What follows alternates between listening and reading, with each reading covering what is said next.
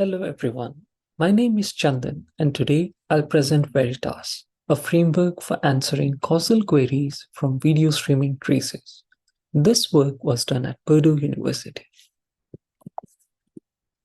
Let's say we want to stream some videos and we do so on a video streaming platform Uflix. The quality of the sessions being streamed on Uflix depends on the underlying network conditions associated with these sessions. Let's say the designers at Uflix want to improve the performance of these sessions. They are curious and ask a series of what-if questions to improve the performance, such as, what if we use a different adaptive bitrate algorithm? What if we stream a higher quality 4K video? Or what if we reduce the client buffer size to improve the liveliness of video streaming? How are these questions answered today? Well, one approach is to use trace-driven simulations using data collected from the past video sessions. However, this approach suffers from biases due to hidden confounders in the observed data. Another approach is to use randomized controlled trials or RCTs, which is a gold standard to answer what-if questions. However, the RCTs are run on live users and they can affect the performance for these users. Thus, the RCTs must be used judiciously. How do we solve this? We present Veritas, a framework for accurately answering what-if questions without using RCTs. We focus specifically on video streaming. We provide a principled framework that tackles causal reasoning, that is, reasoning about interventions to a system and answering the associated what-if questions. We simplify this complex task by leveraging domain-specific insights. Veritas achieves higher accuracies than a widely used baseline approach for trace-driven simulations. Veritas outperforms Causal Sim, a recent causal inference approach which requires RCT training data. Since we are focused on video streaming, let's look at some challenges associated with causal reasoning in video streaming. First, the network bandwidth underlying the video sessions is a confounder. We use the MPC adaptive bitrate algorithm to stream video sessions with varying network conditions. We observe a non-monotonic relationship between the download time of the chunks and the chunk sizes. The larger chunk sizes may have smaller download times as the adaptive bitrate algorithms pick higher qualities when the network conditions are better. Further, the TCP state can be a confounder. We take constant network bandwidth in an emulation environment and send payloads of varying sizes. We see that the small payloads can have throughput much less than the network bandwidth. This is because the observed throughput depends on the size of the payload and the TCP state at the start of sending the payload. We also have cascading effects in video streaming.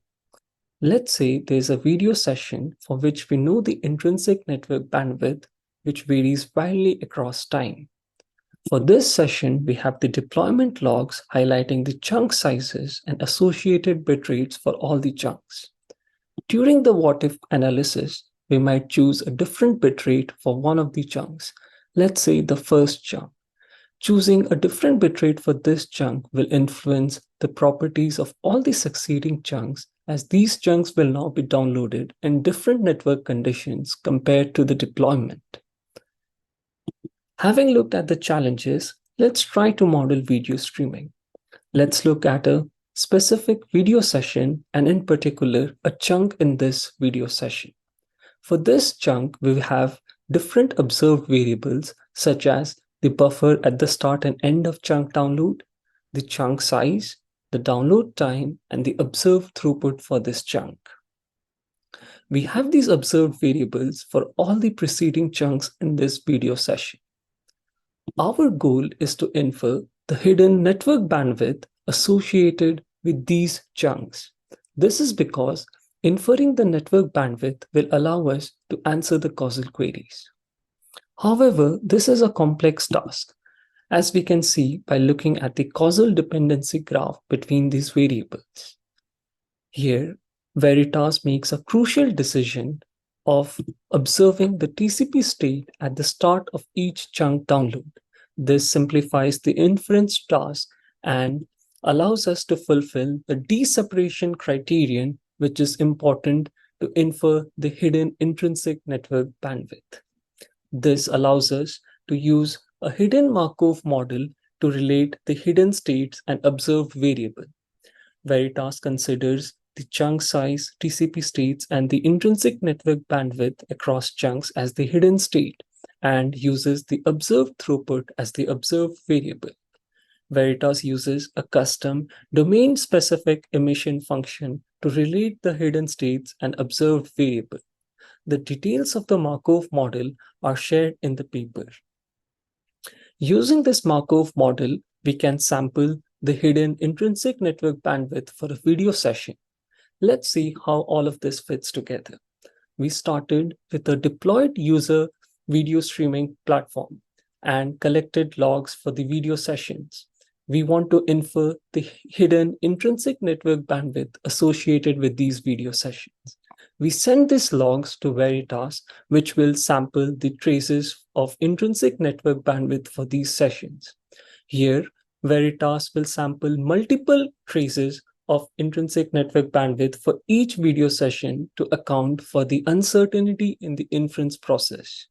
Using these samples, we can then answer counterfactual queries using emulation experiments. Let's look at Veritas in action. For an example video session, we have the intrinsic network bandwidth associated with this video session. For comparison, we use a common baseline for trace-driven approaches, which uses observed throughput of chunks in the video session as an estimate of the network bandwidth. The baseline is conservative in its estimate and much lower than the true network bandwidth. In comparison, we have multiple samples from Veritas, all of which are closer to the true intrinsic network bandwidth. We can use these samples to answer multiple what-if questions. Here, in particular, we look at a what-if question where we change the qualities being streamed from low to high. We have a ground truth distribution of the quality and rebuffering ratio for the sessions in this experiment. Our goal is to be as close as possible to these ground truth distribution. And that is the case. Veritas is much closer to the ground truth than the baseline, which is conservative in its estimate. We also compare Veritas with Causal SIM, a recent causal inference approach from NSDI 2023. Causal SIM requires RCT data for training. That is, to predict the performance of a new ABR algorithm, it needs RCT data from at least 2 deployed ABR algorithms. Veritas has no such requirement. Further, Causal SIM struggles to answer questions which are outside the scope of initial RCT experiment. For example, if we tried to use the RCT experiment for the ABR algorithms to answer a question related to changing the video qualities or using a different buffer size, then we would not get good results, which is the case when we ask the question related to changing the qualities of videos in the streaming setup. Here, we see that the causal SIM is not close to ground truth and is aggressive in its estimate and predicts higher qualities and lower rebuffering ratios.